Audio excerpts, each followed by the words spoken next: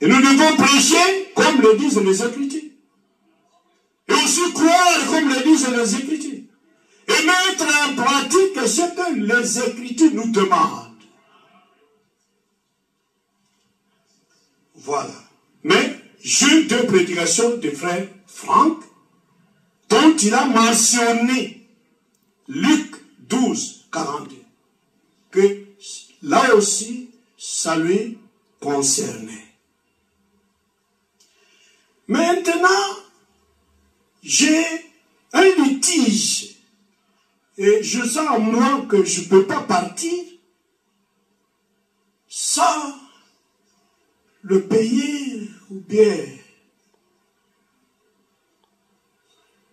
partant comme ça, non. Je ne serai pas tranquille dans mon cœur.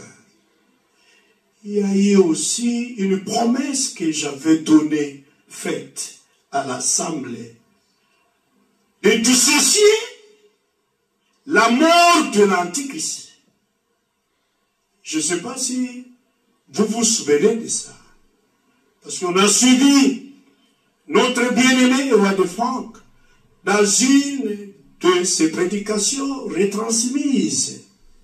Quand il a dit, le méchant mourra dans Apocalypse 19. Qui avait entendu?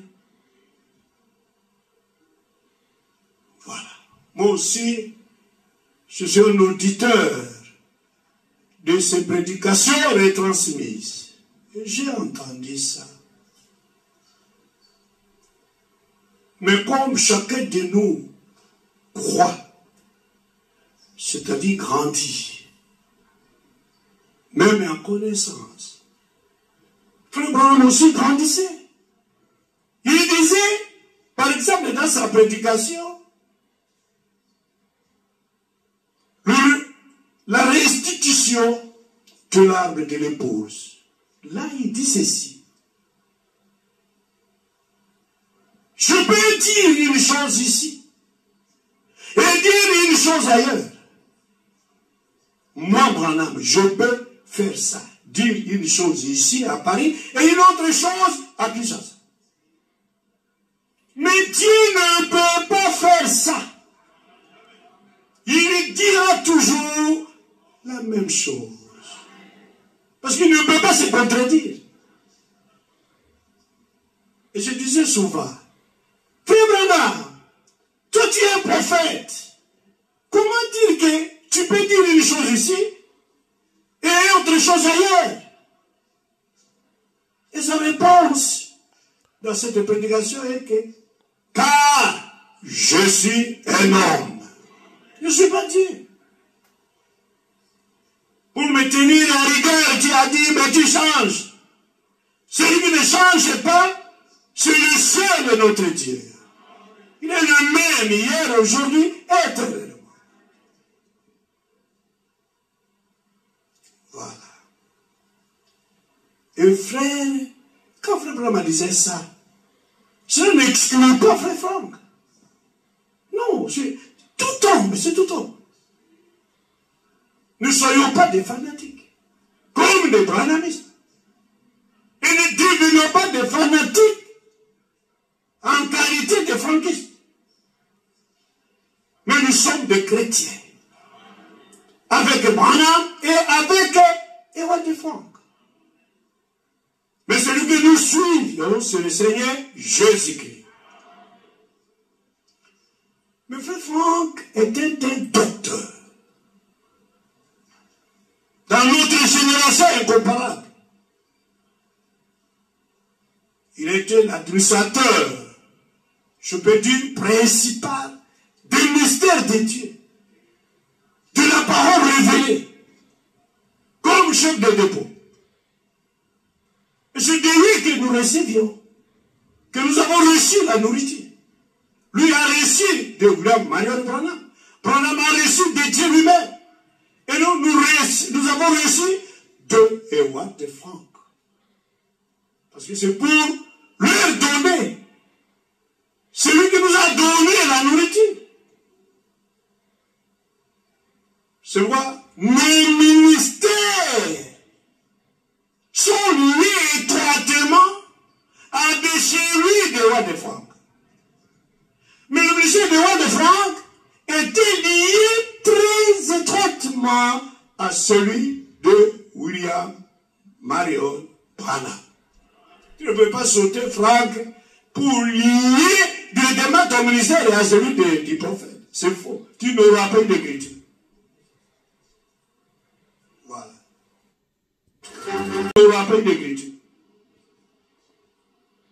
Voilà. Alors, je dois m'arrêter. C'est-à-dire quoi? Dans Apocalypse, toujours, Apocalypse, livre célèbre des sept sceaux ou livre des symboles, ou en d'autres termes, ça c'est ce que nos bien-aimés ont écrit, mais Apocalypse signifie dévoilement, révélation, découverte.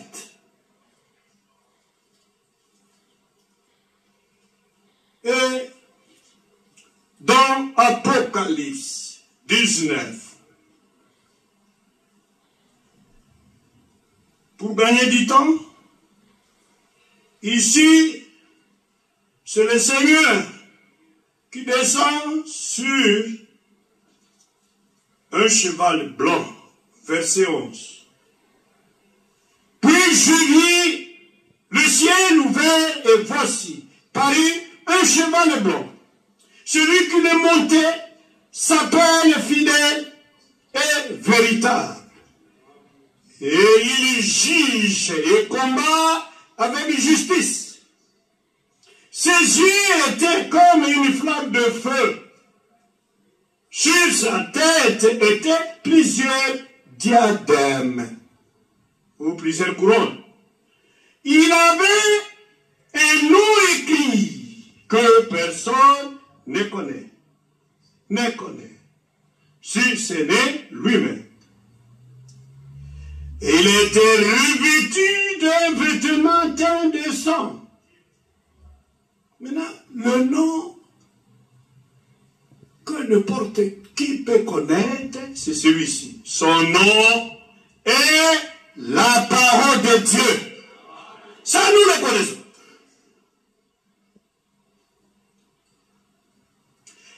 Les armées qui sont dans le ciel le suivaient sur des chevaux blancs, revêtus d'un félin blanc pur. De sa bouche sortait une épée aiguë pour frapper les nations. Il les pétra avec une verge de fer, et il foulera la cuve du vin de l'ardente colère du Dieu Tout-Puissant.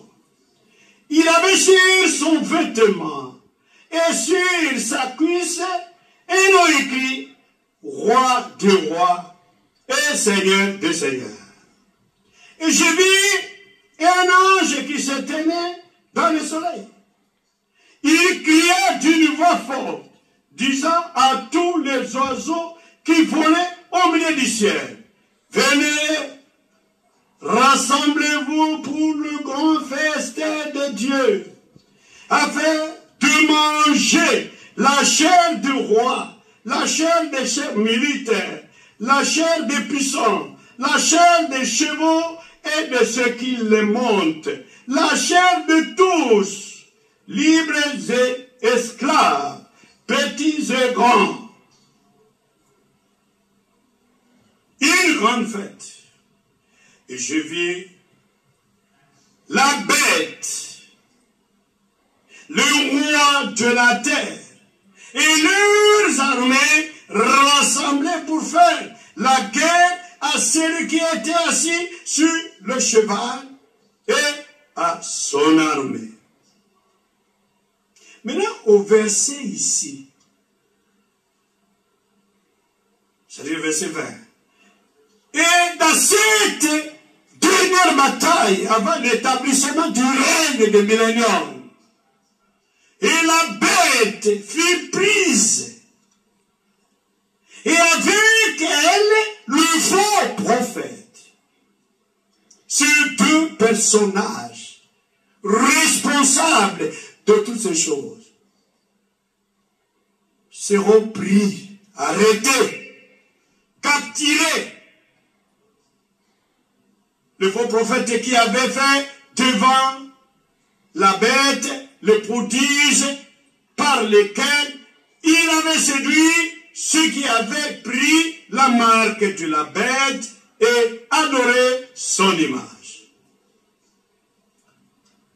Ils furent tous les deux jetés, pas morts, mais jetés vivants dans le temps ardent de feu et de soufre. Ici, je ne vois pas. C'est écrit que le faux prophète fit tuer. On l'a pris avec la bête et tous les deux jetés vivants en enfer. Comme c'était le cas des Corées, Dathan et Abiram, et avec leur suite, leurs fanatiques, et tous. Ils étaient descendus dans le Sheol vivant. Ça d'abord passait par la mort. C'est ça. Mais c'est le frère Franck lui-même. C'est nous, nous le corrigions. Non, nous ne le corrigeons pas.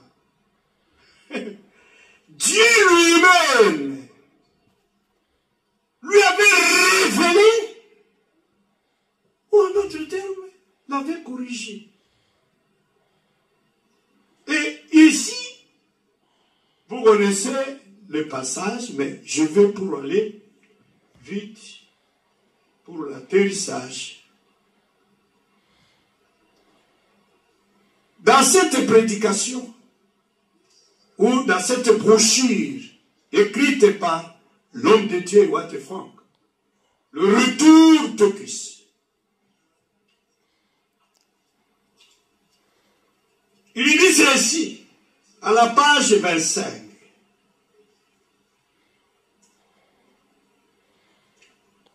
Et il a dit, nous avons vu qu'après le retour du Seigneur pour l'église épouse, celui-ci, c'est-à-dire le Seigneur vient pour les 144 000, premièrement comme agneau. Ensuite, ensuite, comme ange de l'alliance. À la fin de la grande tribulation, Christ vient pour anéantir l'antichrist. Suivez bien. Il vient pour anéantir l'antichrist, qui est aussi appelé l'inique.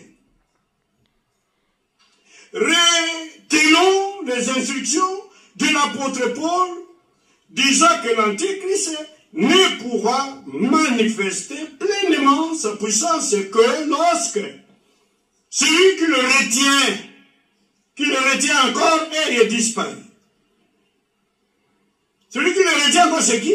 Alors il dit, il s'agit du Saint-Esprit qui agit dans la véritable Église épouse et qui disparaîtra lorsque l'épouse sera enlevée.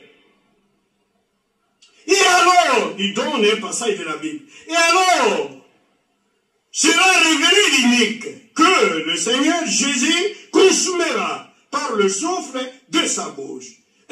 Et il l'anéantira par l'apparition de sa venue. C'est 2 Thessaloniciens 2 au verset 8. Et il ajoute une autre écriture. Et il frappera la terre avec la verge de sa bouche. Et par le souffle de ses lèvres, il fera mourir ou tuer le méchant.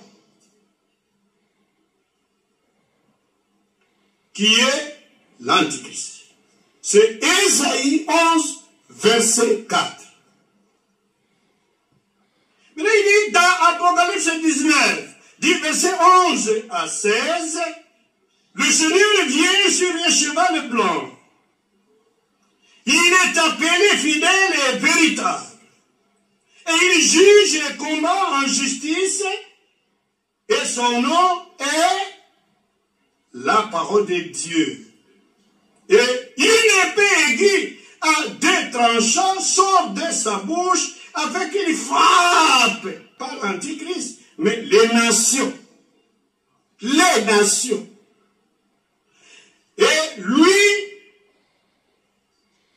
les pétras, les nations, avec une verge de fer.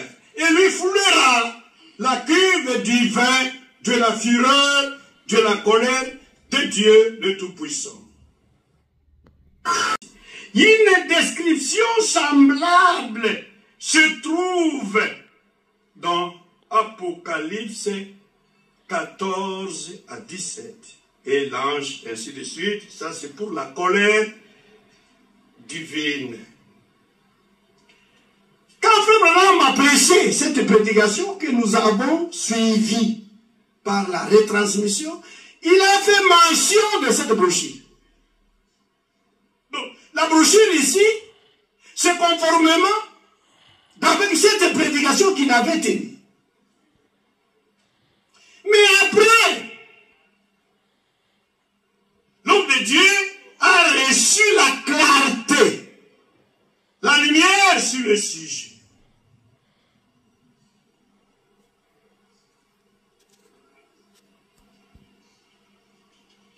Et nous devons prêcher comme le disent les Écritures. Et aussi croire comme le disent les Écritures. Et mettre en pratique ce que les Écritures nous demandent.